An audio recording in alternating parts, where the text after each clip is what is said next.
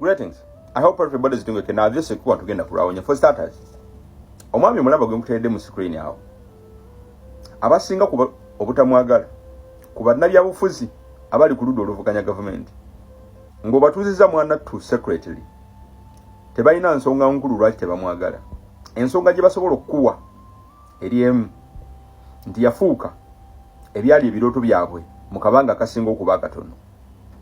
Ekyo kyabaleetera okufuna ennugu n'obutaagaliza. Statement zengendo okukola gwe zituuka gweyambaza akagatto era erinnya amanya gabwe tugasange mu comment section. Mubamu kubataagala mukulembeze waliwo alowooza nti ali too smart nti ateekeddwa okukulembera wabula ekisinga okwewunyisa talina numbers oba talina bantu. Omu ku bo bw'ati bw'atera okukola. He insults the man with man's support but secretly wishes the crowd was his. Ayisaamu nnyo amaaso omusajja asinga okuba n'obuwagizi bw'Abannayuganda olunaku olwaleero. Akutte omumiro gw'enkyukakyuka wabula bwadda mu kisenge kyewaka bambi he wishes nti at least senge namba omukulembeze waffe z'ayina zaalizize. Omusajja gwe njogerako gw'ojja okuteeka mu comment section afaananira ddala a guy who hates a man with a full restaurant. Afaanana omuntu awala n'omuntu nga restaurant ye ejjuza abantu naye ng'ate mu kiyungu kye ye kikalu nyate still nasigala ng'anenya abantu okusigala nga bettanira restaurant y'omuntu gw'asinga okuwalana. Omuntu gwe njagala ntere mu comment section, he says is the better driver. Yetwala okuba nti ye driver asinga okuba omulungi, but every time he tries to drive the people refuse to enter his taxi. Buli lwagezaako okubanga avuga emmotoka yo giteeka ku kkubo abantu bagaana okugiyingira. Amutegedde ogenda muntera mu comment section. Omuntu gwendi mu kwogerako, he wants to lead the nation. Agamba abantu nti naye ku mulundi guno ayagala kukulembera mu ggwanga, but first needs to heal or he first needs to lead his heart out of jealousy. Omuntu ono yeetaaga sooka kukulembera mutima gwe aguggyemu ennugu n'obujja. Osobola omuntu era mu comment section. Mu bufunze, you can't be obsessed with bringing up or bringing another man down and still osigale ng'omatiza abantu nti you want to lift up the country. Londako struggle either ya nnugu oba yakulembera ggwanga lyati Uganda. Omuntu gwe njagala ontedde mu comment section bw'ati bw'asinga okwogera. He keeps calling himself the real visionary, but the only place his vision goes is back to the name called Bobi Wine. Ekibuuzo kiri nti if you always talk about Bobi Wine, maybe you secretly chasing his shadow. Waliwo omuntu gw'omanyidde awo Uganda mu byobufuzi kebeera ku TV, kebeera ku TikTok, kebeera ku radio station ng'anyumiza abantu nga bw'alina vision enkulu ey'eggwanga lyatu Uganda, naye buli bw'afuna omukisa okwanjula vision ye eri abantu erinnya erimugira ku mumwa oba vision esinga okuba enkulu ate ya His Excellency Robert Kyagulanyi Ssentamu mu bufunze akaalinga emotional luggage ey'omusajja eyamubikka oba ekisikirize kya His Excellency Robert Kyagulanyi Ssentamu. Omuntu omulala gwe njagala ntere mu comment section bw'ati bw'asinga okwogera. He's like a man who left his wife claiming she was useless but now stalks her real relationship every day, still talking about how she can't cook properly. Omuntu gwe njagala ntere mu comment section afaanira ddala omusajja yaleka mukazi we ng'amuvuna n'okuba nti ali useless naye nga buli kaseera amustalkinga relationship ye empya. Buli wafuna omuzindaalo okwogera asigala agamba mukazi wange omukadde yali tamanyi kufumba naye ng'ekisinga okwewunyisa alina omukyalo mupya.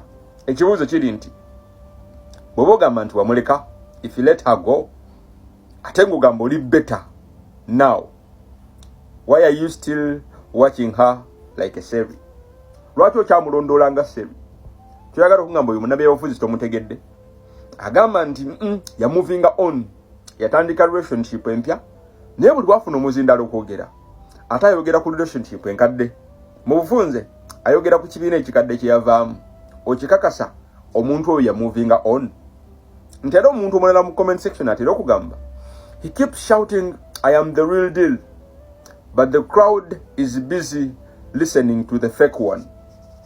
Mubufunze munabyabufuzi gwendi mukugera kasigala agamba abantu nti ye real deal naye buli wakwata omuzindala okwogera ate abantu basigala bawuliriza omuntu gwayita fake. Ekibuuzo kiri nti awani abeera fake. Omuntu mulala gwenjagala ntere mu comment section bye bino ebigambo byasinga okukozesa. He says he's more educated than the crowd is favorite, but can't even educate the crowd to follow him.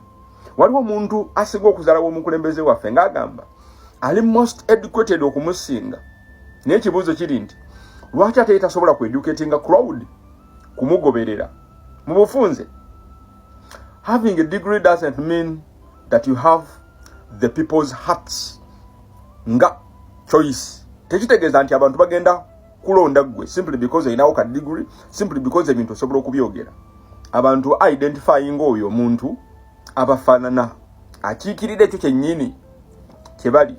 Omuntu omulala gwenjagala ntere mu comment section bw'ati bw'agamba, he talks about power like a birthright, but votes don't respect the entitlement. Waliwo omuntu akusomesa amaanyi nga balina okugatwala nga bw'agenda okugatwala era ng'alaga nti kampu eri ejjudde bavumi. Naye ekibuuzo kiri nti ayina amagezi amangi nnyo na butya bwe bagenda okutwala amaanyi. Tasobola kutwala ssaawa nnamba ng'asomesa ku bikwata ku vision ye. Obudde obusinga abumala ayogera ku gwalowooza nti tagwanidde. You can't inherit the public's trust. Mu bufunze, trust ya public tebagisikira bwe batyo. Togenda kulowooza nti ogenda kuvunza aliwo mbugwe bakwagale. Omukisa gwa munno tegugenda fuuka gugwo. Trust is earned in the mud with people. Omukulembeze waffe obwesigwa bw'abantu yabu-earninga yaddayo mu bisooto wansi n'abantu. Omuntu omulala gwenjagala ntende mu comment section nga video eggwa bw'ati bw'ayogera, he always analyzes why the other guy isn't fit, but never explains why people still choose him anyway. Munabyabufuzi oyo mumanyi asiba ku TV ne ku radio station nga nnyonnyola abantu lwaki NUP n'omukulembeze waayo balinga abalemereddwa. Naye nga bw'omubuuza lwaki tasobola kunnyonnyola bantu, lwaki tebakyuzinga ye asobola okwanalizinga alemeddwa, answer zero. Mu bufunze, it's not about your big words. Abantu basiima gwe baagala okusiima. It's about connection. You don't have the connection, my nigga. Kati gwe munabyabufuzi abadde agamba otwala obudde bungi ng'onnyonnyola okulemererwa kwa NUP. Naye ekibuuzo kiri nti gwolooza lwaki abantu tebagoberera gwe? Ayina that knowledge okunnyonnyola ebiremye bali, gwe lwaki tobikola abantu ne bakugoberera? Kyogamba gwe teweeyagaliza. Omuntu asembayo gwe njagala ntere mu comment section is like a man who failed to grow his garden. So now he spends every day throwing stones at the neighbor's mango tree. Waliwo omuntu ennimiro gwe yalema okulima. Obudde buno kyasinga okukola buli lunaku alina making sure nti alina ejjinja lyakanyoga ku muyembe gwa neighbor. Bannabyabufuzi abo mubamanyi, abamu baava mu kibiina kye baggadde recently. Eyo nnugu, jealousy is their strategy now. Ennugu ye strategy esinga okuba enkulu obudde buno. Mu bufunze ffe tuli wano bagamba muddeeyo musimbe emiti gyammwe. Asemba yono, he wants to be the president of Uganda, but even his Twitter poll can't vote for him. Waliwo ayagala okuba omukulembeze wa Uganda naye nga ne bw'aba ategese Twitter poll tasobola kuwangulirayo His Excellency Robert Kyagulanyi Ssentamu. 0 likes, 2 retweets, both from the same corner of his relative's account. Video eggwa bweti. Bannabyabufuzi ekika ekyo bolowooza nti agatoka batuuse.